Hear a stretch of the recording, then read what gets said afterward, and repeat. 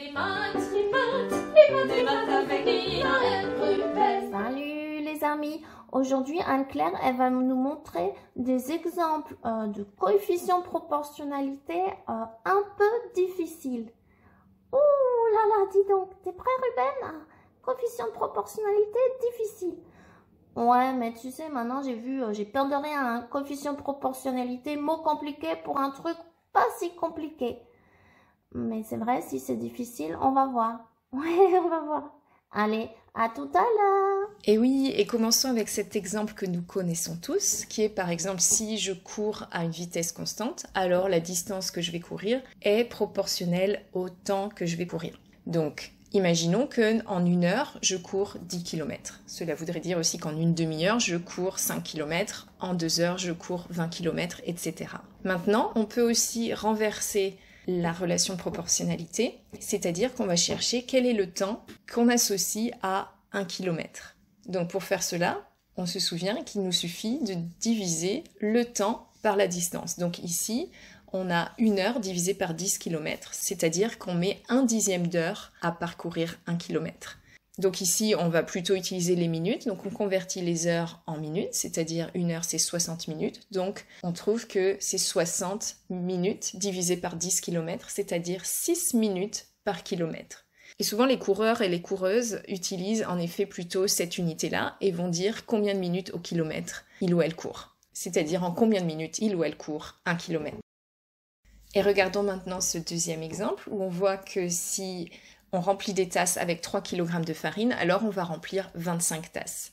Donc quel est le coefficient de proportionnalité pour passer de la masse de farine à nombre de tasses? C'est-à-dire on cherche combien de tasses sont remplies avec 1 kg.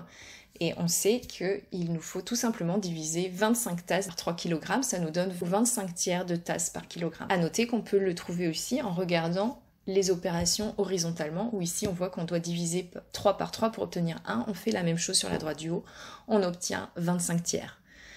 À noter aussi que 25 tiers c'est 24 tiers plus 1 tiers, et 24 tiers c'est 24 divisé par 3, donc c'est 8, donc ça veut dire qu'on a 8 tasses et 1 tiers de tasse, que l'on peut remplir avec 1 kg de farine.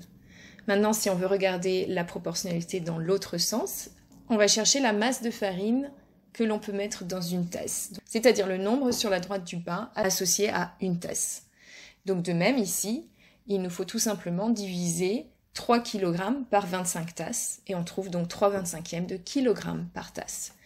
On peut visualiser cette division sur notre double droite graduée, où on voit que le grand rectangle allant de la barre des zéros à celle joignant le 25 et le 3 a été divisé en 25 parties égales. Et donc, sur la droite du bas, chaque partie correspond à une valeur de 3/25 de kilogramme. Maintenant, 3/25 de kilogramme, c'est pas très parlant, donc on va plutôt convertir ça en grammes, ce qui va nous faire 3/25 de 1000 grammes, c'est-à-dire 3 fois 1/25 de 1000 grammes, et 1000 divisé par 25, cela nous donne 40, 3 fois 40 égale 120. Donc 3/25 de kilogramme, c'est 120 grammes. Oh bah ouais, dis donc, t'as vu Nina, c'était les fractions là, c'est quand même un peu compliqué. Bah ouais, mais moi j'ai trouvé ça rigolo, ça se retourne les fractions, t'as vu, on passe de 25 tiers à 3/25. Ouais. Et puis t'as aimé les histoires de course, je suis sûre. Bah ouais, tu sais, moi je suis une chienne de traîneau, hein. Et tu sais quoi, moi, souvent je fais du 2 minutes au kilomètre. 2 minutes seulement? Oh, bah dis donc, tu vas vite toi. Bah ouais, je fais du 30 km à l'heure, hein. Donc je vais 3 fois plus vite que 10 km à l'heure, et donc ben, je fais en 3 fois maintenant, hop, j'ai couru le kilomètre. Oh là là, Nina, t'es trop forte.